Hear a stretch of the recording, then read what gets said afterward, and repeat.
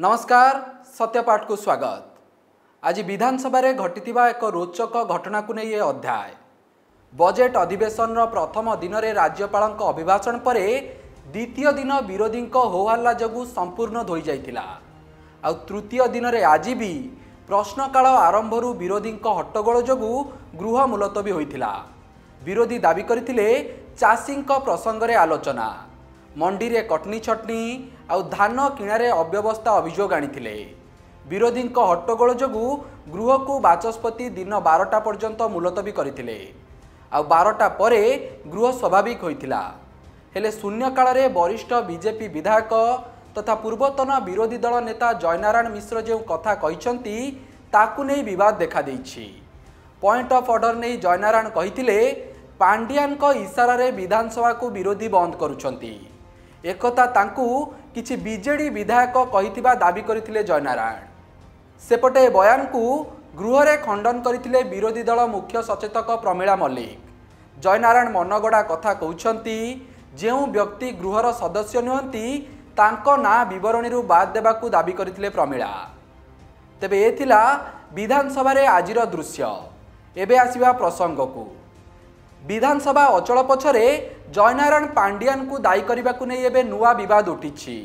तेबे जयनारायण आउ पांड्यान को शत्रुता विषय रे ओडिशा राजनीति रे काहाकू अछपा नहीं। उभय जीए जेतेबेले मौका पाइछंती परस्पर को बदनाम करने को पछाई नांती। हेले एबे जयनारायण जो बयान देइछंती ताहा ओलोटा बीजेपी आउ मोहन माझी सरकार पई बुमेरांग होइछि। सतरे बीजेपी पांड्यान विरोधी ना केवल निजर अपारगता और लोकंक समालोचनारू बंचिबाकू पांड्यान को ढाल करी व्यवहार करुछि ताहा एबे सबुठारू बड़ प्रश्न। कारण पांड्यान को एक प्रकार प्रसंग करी बीजेपी निर्वाचन लड़िला।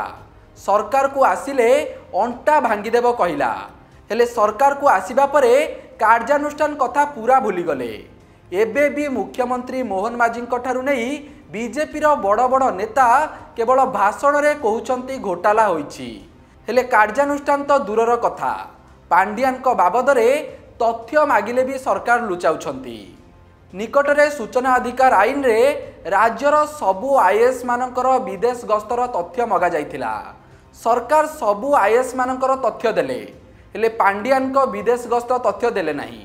एटी प्रश्न उठुछि जदि जयनारायण को कथा अनुसार पांड्यान को निर्देश रे विधानसभा बंद हो जाउछि ताहले पांड्यान को विदेश गस्त तथ्य लुचाइबाकू काहार निर्देश थिला। एसबू घटनाक्रम प्रमाण करुछि बीजेपी रो एबे भी सबुठारू बड़ सुरक्षा कवच पालटिछंती पांड्यान। जेतेबेले सरकार अकल रे पडुछि आउ निज अपारगता को लुचाइबाकू पांड्यान को केवल ढाल करी व्यवहार करा जाउछि। तेबे ए प्रसंग रे सत्यपाठर मुख्य संपादक सत्यप्रकाश नायक कौन कहउछंती सुनंतु। सरोज पांड्यान को नेकी जयनारायण मिश्रंकर ए बयानबाजी प्रथम नुह नुआ नुह। जयनारायण मिश्र और पांड्यानकर ये तूतु में बहुत पुराना। जयनारायण मिश्र विरोधी दल नेता थिबा बेले बीजेडी रो जो केते जण विधायक तांको अति अभद्र भाव रे तांको बाबद रे मंतव्य देउथिले गृह भितरे गृह बाहर ता पछरे जे पांड्यानकर निर्देश नथिला या कहीं विश्वास करिवे नहीं।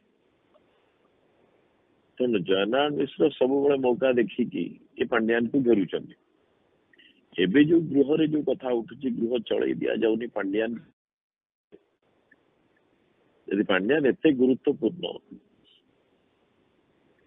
ताहले बीजेपी जयनारायण मिश्र बीजेपी नेता जानिबा कथा जे यहा कहिबा द्वारा सरकार और निजर सरकार जे नेता मुख्यमंत्री मोहन माझी और तांकर नेतृत्व को ये किभली भाव रे गौण करछन। अर्थात Pandian is still the boss, he actually calls the shot. ये एक द्वितीय रे किंतु सरोज मते जा लागुची जे बीजेडी बीजेपी भितरे ये पांड्यान को नहीं कि ये गोटे विराट बड़ नाटकटे चलची।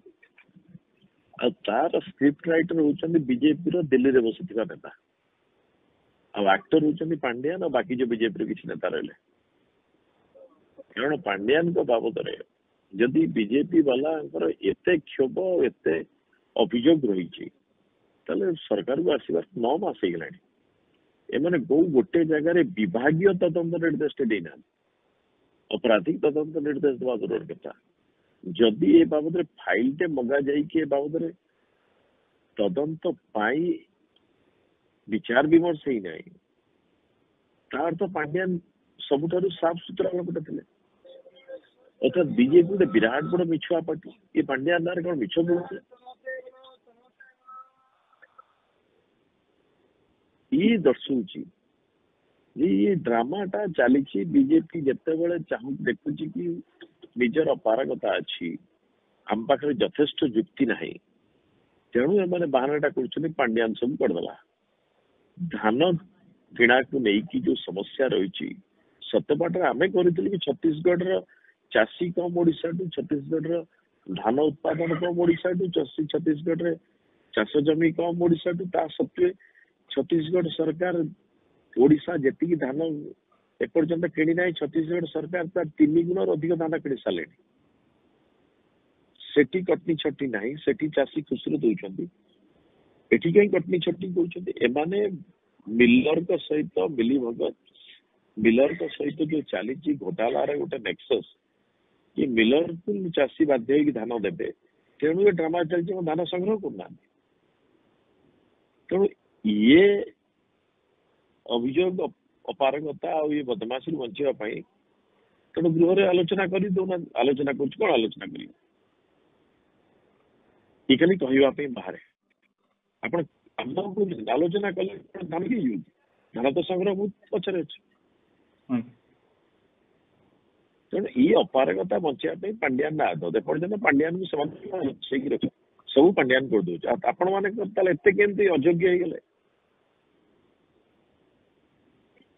ये ड्रामा चली कि लोक आस्ते आस्ते बुझा चलना सरोज आगे तेबे मोटामोटी कहवाकू गले बीजेपी नेता एबे भी पांड्यान भूत छाड़ुनी भिडियोटी शेष पर्यंत देखिथिबारु धन्यवाद एभली अधिक वीडियो देखिबा पई आम चैनल को सब्सक्राइब करो नमस्कार।